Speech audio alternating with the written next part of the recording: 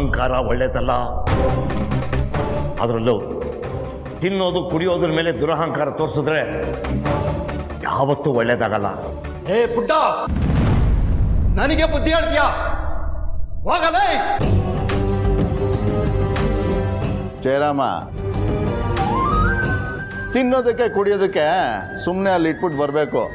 ಇಂಥವ್ರಿಗೆ ಬುದ್ಧಿ ಹೇಳಕ್ ಬರಬಾರ್ದು.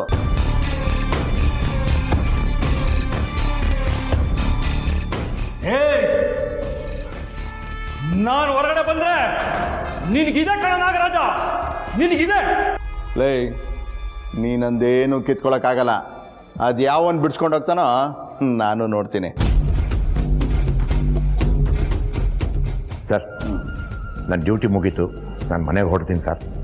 ಅರೆ ಏನಪ್ಪ ಜಯರಾಮ, ಇಷ್ಟು ದಿನ ನೀನು ಡ್ಯೂಟಿ ಮುಗಿದ ತಕ್ಷಣ ಸೀದಾ ಮನೆಗೆ ಹೋಗ್ತಿದ್ದೆ. ಇವತ್ತೇನೋ ಬಂದು ಹೇಳ್ಬಿಟ್ಟು ಹೋಗ್ತಾ ಇದೆಯಾ? ಅಲ್ಲ, ಪ್ರಮೋಷನ್ ಸಿಗ್ತಿರೋ ಖುಷಿಗೆ ತುಂಬ ಸಿನ್ಸಿಯರ್ ಆಗ್ತಿದ್ಯಾ ಹೆಂಗೆ? ಹಾಗೇನಿಲ್ಲ ಸರ್. ನಾನು ಕಾನ್ಸ್ಟೇಬಲ್ ಆಗಿರಲಿ, ಇನ್ಸ್ಪೆಕ್ಟರ್ ಆಗಲಿ, ನನ್ನ ಕೆಲಸದಲ್ಲಿ ಯಾವುದೇ ರೀತಿ ಬದಲಾವಣೆ ಮಾಡ್ಕೊಳ್ಳಲ್ಲ ಸರ್. ಅಬ್ಬಬ್ಬಬ್ಬ, ಬಿಟ್ರೆ ವೇದವಾಕ್ಯನೇ ಹೇಳ್ತೀಯ. ನೀನಿವತ್ತು ಮನೆಗೆ ಹೋಗಂಗಿಲ್ಲ. ಯಾಕೆ ಸರ್? ನೀನು ಮನೆಗೆ ಹೋದ್ರೆ ನೈಟ್ ಡ್ಯೂಟಿ ಯಾರು ಮಾಡ್ತಾರಪ್ಪ? ನಂದು ಡೇ ಶಿಫ್ಟ್ ಅಲ್ವ ಸರ್? ಹೌದು, ಯಾರಿಲ್ಲ ಅಂದಿದ್ದು. ಅದು ಅಲ್ಲದೆ ಇವತ್ತು ನಿಮಗೆ ಪ್ರಮೋಷನ್ ಬೇರೆ ಸಿಕ್ಕಿದೆ. ಇಷ್ಟು ಬೇಗ ಮನೆಗೆ ಹೋಗಿ ಏನಪ್ಪ ಮಾಡ್ತೀಯಾ?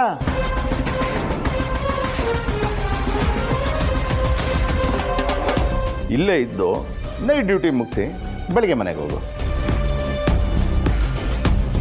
ಎಷ್ಟೇ ಆದರೂ ನೀನು ಇವಾಗ ಸೀನಿಯರ್ ಆಫೀಸರ್ ಅಲ್ವಪ್ಪ.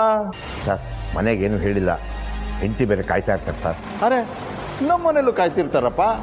ಹಾಗಂತ ಈ ಮಾಡೋ ಕೆಲಸ ಎಲ್ಲ ಬಿಟ್ಟು ಮನೆಗೆ ಹೋಗೋಕ್ಕಾಗುತ್ತಾ? ನೋಡೋ, ಜಾಸ್ತಿ ಮಾತಾಡಕ್ಕೆ ಬರಬೇಡ. ಸುಮ್ಮನೆ ಹೇಳಿದ್ದನ್ನು ಮಾಡು ಅಷ್ಟೆ.